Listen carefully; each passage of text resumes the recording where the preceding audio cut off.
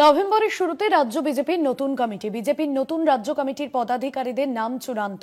ভূপেন্দ্র যাদব ও RSS এর সমর্থনে ব্যাপক রদবদল কমিটিতে। নবীন ও প্রবীণের সমন্বয়ের চেষ্টা এই কমিটিতে এবং বিজেপির রাজ্য সভাপতি হিসেবে শ্রমিক ভট্টাচার্য দায়িত্ব নেওয়ার পর বেশ কয়েক মাস কেটে গিয়েছে। নতুন রাজ্য কমিটি গঠন হয়নি, পুরনো কমিটি চলছে, কিন্তু সেই কমিটি আর চাইছে না বিজেপির কেন্দ্রীয় নেতৃত্ব। অমিত শাহ সম্প্রতি রাজ্য বিধানসভা ভোটের আগে নির্বাচনী পর্যবেক্ষক হিসেবে দায়িত্ব দিয়েছেন ভূপেন্দ্র যাদবকে। সম্প্রতি রাজ্যে আরএসএস এর দফতর কেশব ভবনেও গিয়েছিলেন এবং সেখানেই তাকে রাজ্য সংগঠন ঢেলে সাজাতে নির্দেশ দিয়েছে আরএসএস। এবং বড় সংস্কারের পথে রাজ্য বিজেপির নবীন এবং প্রবীণের সমন্বয়ের চেষ্টা এই কমিটিতে।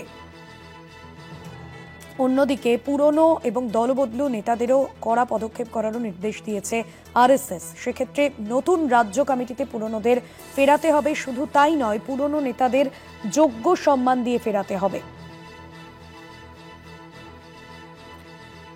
সেক্ষেত্রে পুরনো হিসেবেও কে আসতে চলেছে সেই বিষয়টাও কিন্তু দেখতে হবে। পুরনো রাজ্য কমিটি আর চাইছে না বিজেপি কেন্দ্রীয় নেতৃত্ব, একই মত রাষ্ট্রীয় স্বয়ংসেবক সংঘের।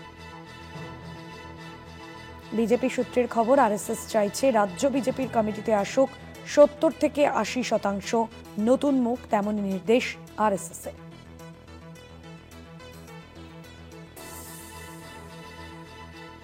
বঙ্গ বিজেপিতে বড় ধরনের সংস্কার হতে পারে, তেমনই গুঞ্জন বিজেপির অন্দরে।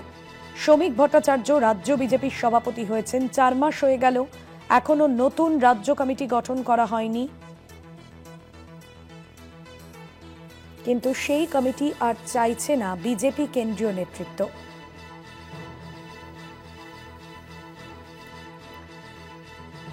আমাদের সঙ্গে রয়েছেন নিউজরুম থেকে আমাদের বিশেষ প্রতিনিধি অঞ্জন রায়। অঞ্জনদা, সেক্ষেত্রে বড় সংস্কারের পথে কি মুহূর্তে বঙ্গ বিজেপি? কারণ আমরা দেখেছিলাম এর আগে আরএসএস এর দফতরে যখন ভূপেন্দ্র যাদব যান, সেই সময় এই বঙ্গ বিজেপিকে ঢেলে সাজানোর নির্দেশ দিয়েছিল আরএসএসও। সেরকম চাইছে পুরনো নেতাদের যোগ্য সম্মানে ফেরানো হোক।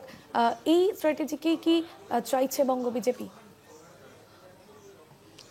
দেখো, নতুন রাজ্য কমিটি অবশেষে বেরোচ্ছে বলতে পারো। নতুন সভাপতি হয়েছে, প্রায় 4 মাস হয়ে গেল। বিজেপির ইতিহাসে এটা একটা বিরল ঘটনা, কারণ সভাপতি কেন্দ্রিক পার্টি। নতুন সভাপতি হলে সবচেয়ে আগে বিজেপির পদাধিকারী যারা থাকেন সাধারণত তিনি তার মতন করে কথা বলে আরএসএসের সঙ্গে সেটা তৈরি করেন। কিন্তু শ্রমিক ভট্টাচার্যের ক্ষেত্রে সেটা প্রায় 4 মাস লেগে গেল, কারণ কিছু নাম ঠিক হয়, সেই নাম নিয়ে আপত্তি ওঠে এবং শ্রমিক ভট্টাচার্য নিজে সভাপতি হিসাবে যেভাবে কমিটি সাজাতে চান সেটা তার মনোপুত হয় না, ফলে এই নিয়ে আরএসএসের সঙ্গে বিষয়টা যায়। এবং শেষমেশ ভূপেন্দ্র যাদব দায়িত্ব নেওয়ার পর ইলেকশন কমিটিতে তিনি উদ্যোগী হন এবং উদ্যোগী হয়ে শ্রমিক ভট্টাচার্য, আরএসএস এবং ভূপেন্দ্র যাদব একটা কমিটি চূড়ান্ত করেছে। আমরা জানতে পেরেছি বা বলাই যেতে পারে যে শ্রমিক ভট্টাচার্য জানিয়েছেন যে আগামী মাসের প্রথম সপ্তাহেই নতুন রাজ্য কমিটির পদাধিকারীদের নাম প্রকাশ হবে। মোর্চা যেগুলো আছে, মহিলা মোর্চা, যুব মোর্চা সহ আরও যে মোর্চাগুলো আছে, তার সব মোর্চারই সভাপতি বদল হয়ে যাচ্ছে, নতুন লোক আসবে। কারণ এই কমিটিটার নেতৃত্বেই কিন্তু 26-এর ইলেকশন হবে, ফলে এই কমিটিটা তৈরি করার ক্ষেত্রে সেন্সিটিভ বিজেপির নেতৃত্ব। যেভাবে শ্রমিক ভট্টাচার্য এসছেন সেভাবে নতুন করে অনেকেই আসবেন। বাদ যাচ্ছেন প্রচুর লোক, এ বিষয়ে কোনো সন্দেহ নেই। প্রচুর লোক বাদ যাচ্ছেন, জেনারেল সেক্রেটারি পদ থেকে বাদ যাচ্ছেন, মোর্চার সভাপতিরা বাদ যাচ্ছেন, পুরনো দিনের লোকরা বেশ কিছু আসছে, আমি নামধাম বলছি না।